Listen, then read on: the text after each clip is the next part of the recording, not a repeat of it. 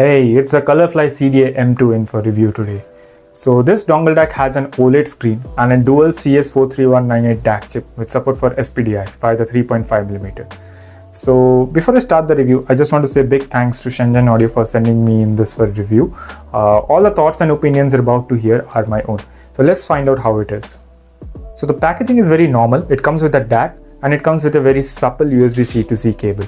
The dongle is very lightweight at around 27 grams and the build quality is top-notch. It has a dual CS43198 DAC chip which supports up to DSG256 and PCM 32-bit 768 kHz. It has 5 digital filter options, that is fast LL, fast PC, slow LL, slow PC and non-OS. Non-OS is basically non-oversampling filter, which is what I used for my entire review.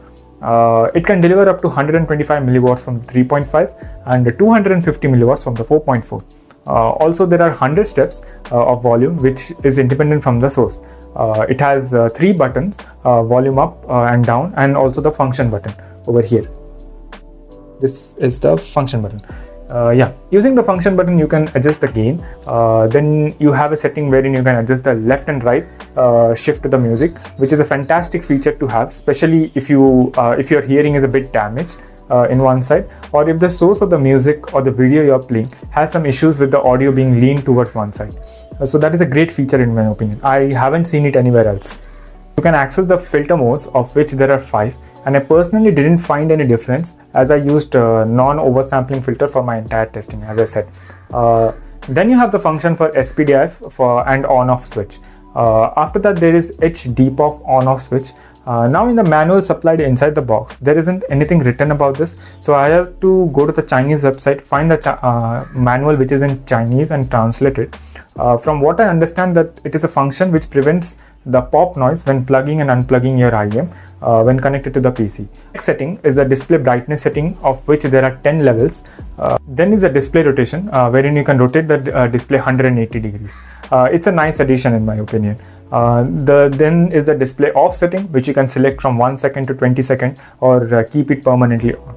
I wouldn't suggest the later option as it might cause burn-in on the display because this is an OLED display, so you have to remember that. Then you can see the firmware version. As of the review, it's on its latest firmware.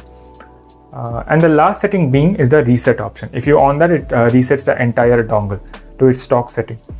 In the main display, I'll share a small picture of what everything on the screen means, so you can pause it and read it.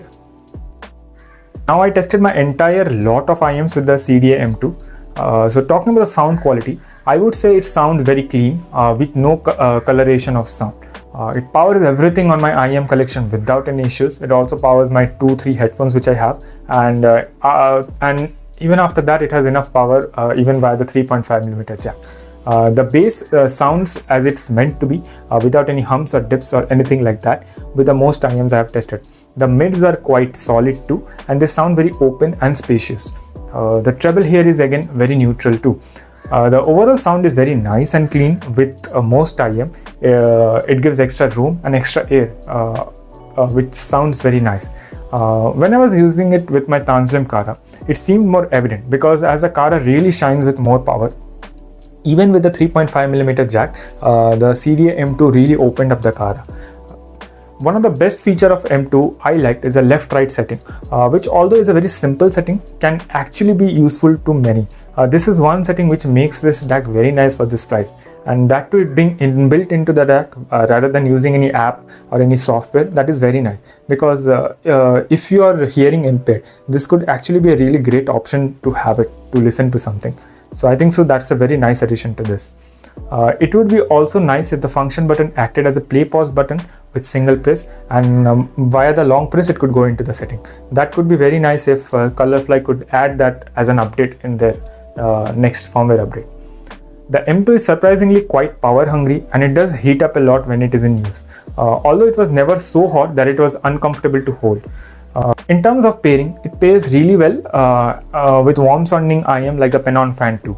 They perform really well and the pairing overall sounds really good. This seems to be one of the few dongle DACs which seems to have an SPDIF at this price point. So if that's a requirement, you can have a look at this. Compared to the Aune Yuki, The M2 is linear and clean sounding device. It has more power and features than the Yuki. But the Yuki is a tad bit warm sounding, and the soundstage Yuki offers is really good. M2 has more features, like it has the OLED screen, while the Yuki looks beautiful and it is quite simply plug and play.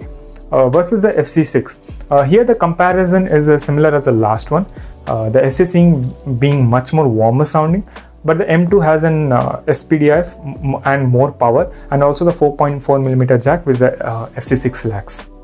So yeah, that was my review of the M2. I think so it makes a great purchase if you want a clean sounding DAC at this $150 price point.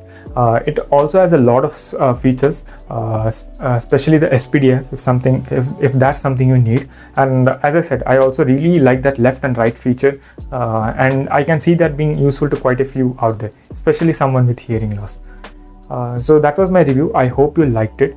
94% of the people watching this video aren't subscribed, so I would really appreciate if you could like and subscribe to my channel. That would help me out in a lot of ways, and also you can see all the latest reviews from me. So yeah, thanks for stopping by. Have a great day ahead. Bye.